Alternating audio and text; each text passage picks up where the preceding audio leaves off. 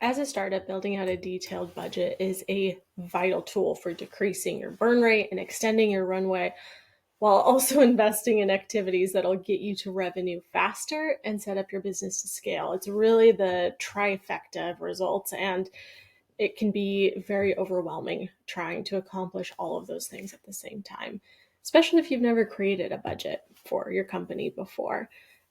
But it really is necessary if you don't want to rip through your seed money before you have sufficient cash inflows to sustain business operations. Having clarity over cash flow and budgets and best and worst case scenarios is a need to have, not a want to have. We're dealing with high stakes here, potentially someone else's money with funding and your dream, if that's not enough, potentially a huge multiple at exit. And so you want to give yourself the best chance that you have. And good data projections is the key to getting there, to making well-informed decisions, to having clarity and peace of mind around the story of the numbers and what's possible. And so we're going to go through 8 tips to help you create the framework for budgeting for your business, for your SaaS company, especially given the high upfront costs and the recurring revenue model. Those are 2 big considerations in this. And so while they're very high level tips, they're enough to get you started. So number 1, no surprise here, invest in a detailed cash flow forecast. An accurate forecast allows you to be more exact with how you choose to allocate resources. There are a lot of great tools out there. We use one ourselves on our clients, and it lets us dynamically pull in actual figures as well as put out projections and what if scenarios. So number 1 is having a tool that's easy to use, because then you're more likely to use it. So number 2, align your current customer acquisition costs and customer lifetime value numbers with your budget. It's okay if these metrics aren't where you want them to be right now, but we have to be realistic. So if your LTV to CAC ratio is low, you'll need to account for that in your early stage budget.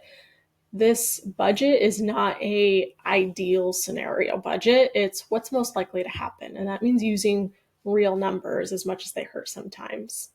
Number 3, allocate funds for marketing in your budget. Free organic growth is great, but it's not something you can count on to grow your business realistically. And don't spend on marketing without a clear plan. Set aside money for paid promotions, but make sure you have a clear plan before actually using those funds. Number 4, leave room for R&D. In software, no product is ever fully complete. Development is a continual process. So don't overinvest in tools and features that don't bring value. And always have money set aside in the budget for innovation, even if your product is already awesome as it is. Number 5, take a lean approach in early stages. There's a reason why the minimum viable product philosophy exists. You want to be really good at what you do before you spread yourself thin and are just average at a bunch of different things.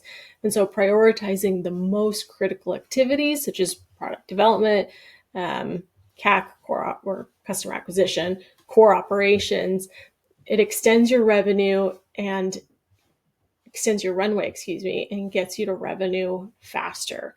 So take a lean approach in the early stages, and understanding what lean means for you, you can answer that with a budget. So number 6, in your budget, plan for churn. No matter how fantastic your onboarding, customer support, and product is, you're always going to lose some customers. And so be sure to have a grasp on how many that is and adjust your budget accordingly. 7, don't presume that additional funding is a given. Budget as if the money you've got is all there's going to be. Planning on future rounds to fund scaling and growth is fine. In fact, it's a strategy, as you well know, but planning on the future rounds to keep you in business, that's very dangerous.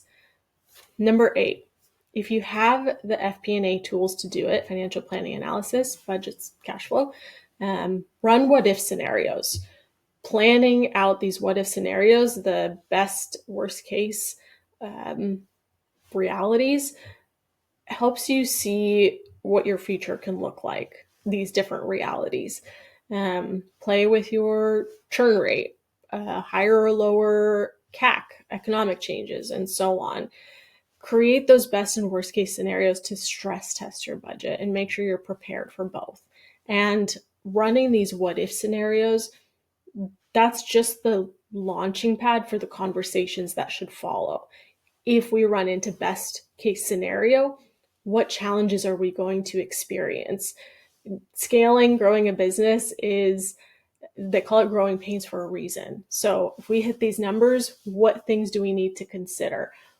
What types of people are we going to need to hire? What are good places what is our network? What are we going to do? Or worst case scenario, if we hit these worst case numbers or worse, what questions do we need to be asking ourselves? What is our threshold for certain decisions? And it is so valuable. We do this in our own business, me and my two other business partners, because you want to think through your best and worst case scenarios and next steps while you're level headed and not when you're in the thick of the panic. So there's 8 tips for creating a framework for your budget. And for more information on how FP&A can benefit your business, please follow us, subscribe, and go to mysaasadvisor.com for more recurring information.